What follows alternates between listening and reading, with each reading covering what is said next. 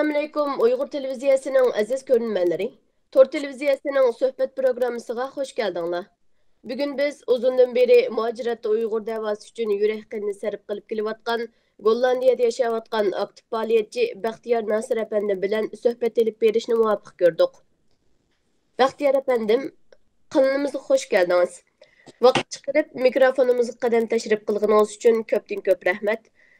Aldı bilan mushmanlik hayotingizni o'zingizni tunishtirg'ach ko'rinmalarga so'zlab bergan bo'lsangiz. Rahmat. Assalomu alaykum. Sizlarga ko'p rahmat.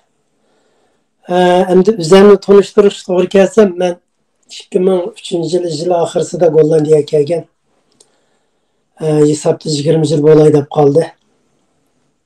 Hozirga qadar, bugun kuni qadar millatimiz uchun qo'limizdan keladigan ishlarni qilib davomlashtirib kelyapmiz. Bundan keyin shundoq davomlashadi. Men o'zim Gollandiyada yashayman. Ismim Baxtiyor Nasir.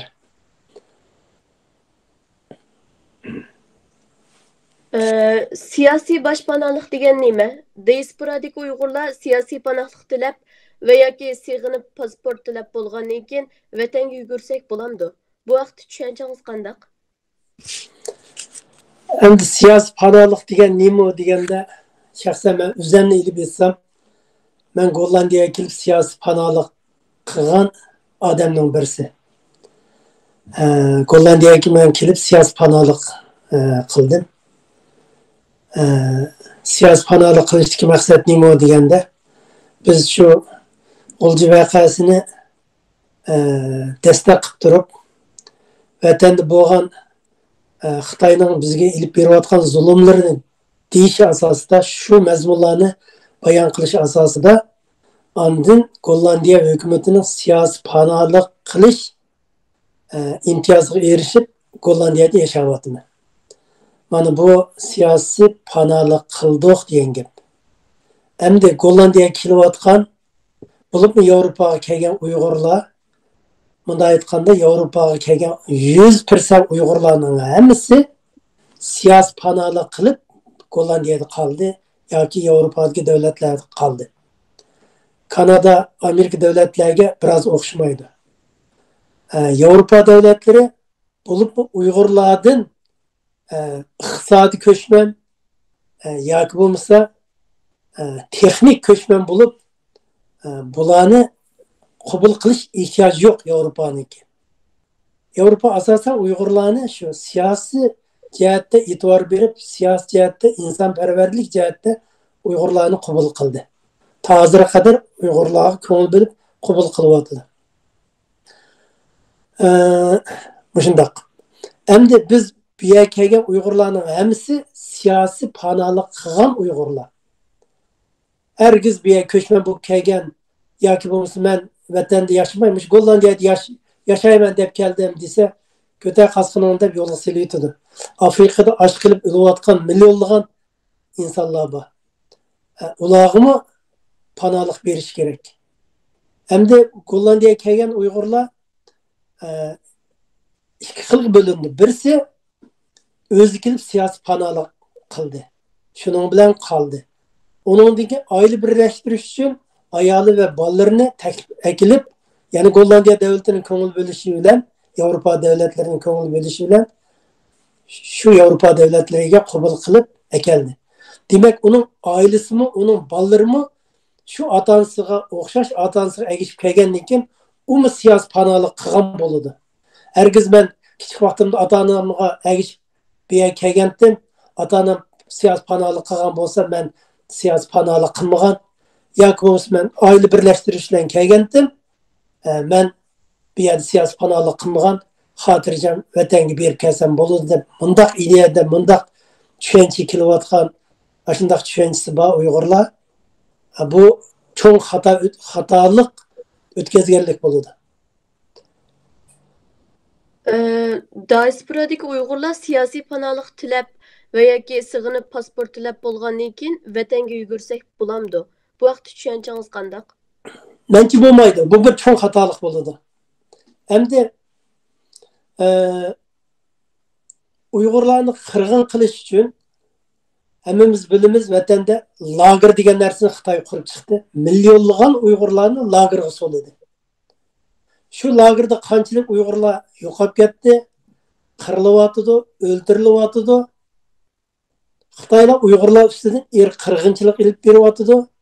Uyg'urlarni zodi yo'qdiman degan shundoq bir faşistlik bir siyosatni ilib beryotidi. Biz bunu vatan yaşagan çağdımı bu qirg'inchilikni boshlagan Xitoy. Hammamizga ma'lum, o'ylab baqsaq, hammamiz uni bilamiz. Xitoylar 100 kunlik to'r saldiq, 3 oylik to'r saldiq, 6 oylik to'r saldiq deb shundoq bir harakat deb bordi. Buni bütün Uyg'urlar biladi. Chet elda yashayotgan Uyg'urlarning hammasi biladi. Buning maqsadi nima? To'r saldiq degan nima deganda, bizning vatanda, ya'ni Sharq Turkiston vatanimizda şu ziyolilarimizni her jihatda ixtisosli xodimlarimizni to'r silish orqali suzib bilib qirg'in qilib kelgan, yo'qitib kelgan. Xitoy tarixdan buyon 5 yilda bir qitim kichik qirg'inchilik qilib borgan bo'lsa, 10 yilda bir qitim keng ko'lamli qirg'in qilish qilib bordi Uyg'urlarni. Tarixdan tortib. Buni hammamiz bilamiz. Bu shu Barin vaqasi deymiz, Yakan vaqasi deymiz, G'ulji vaqasi deymiz, Urumchi vaqasi deymiz. Hozirgi lager vaqasi deymiz, Uyg'urlar qirg'inchilik vaqasi deymiz. Tarixdan tortib Uyg'urni o'ltirib kelyapti Xitoylar. Endi shunday vaqtida bo'libmi lager masalasi yuz bergandan keyin millionlab Uyg'urlarni solayotgan shunday mezgillarda, Uyg'urlarni qirg'inchilik qilayotgan shunday bir mezgillarda biz vatanga bordik degan gap, u chaqda Xitoyga biz Xitoyning hozirgi Xitoy shunday Uyg'urlarni qirg'inchilik qilib turib, ya'ni biz Uyg'urlarning sharoitini yaxshilab berdik, biz unda qilmadik deb chet elning tashkilotchilari kelsa, yag'alardan bir ko'rinish yasab, shularni aldigandek, musulmon dunyosini aldigandek, shunday bir aldamchilik shaklini yaratayotgan vaqtida endi bizning chet eldagi Uyg'urlarimiz bilib bilmay shu vatanga borganning o'zi shu Xitoyning shu davatgan tashviqotiga sharoit yaratib bergan bo'lamiz. Şunlaşqa chet elda yashayotgan har bir Uyg'ur, bo'libmi Yevropada yashayotgan har bir Uyg'ur, men siyosiy panohlik tilagan, mening vazifam zodi nima? Agar sen men siyosiy panohlik tilmagan, men vatan berib kelsam bo'ldi desa, sen nima uchun vatandan kelding unda bo'lsa? Nima uchun chet elga chiqib yashaysan? Ya bu sayohat qilib qo'yiblar, vatan kelsang bo'lmamdi. Nima uchun sen chet elda qolib qolding?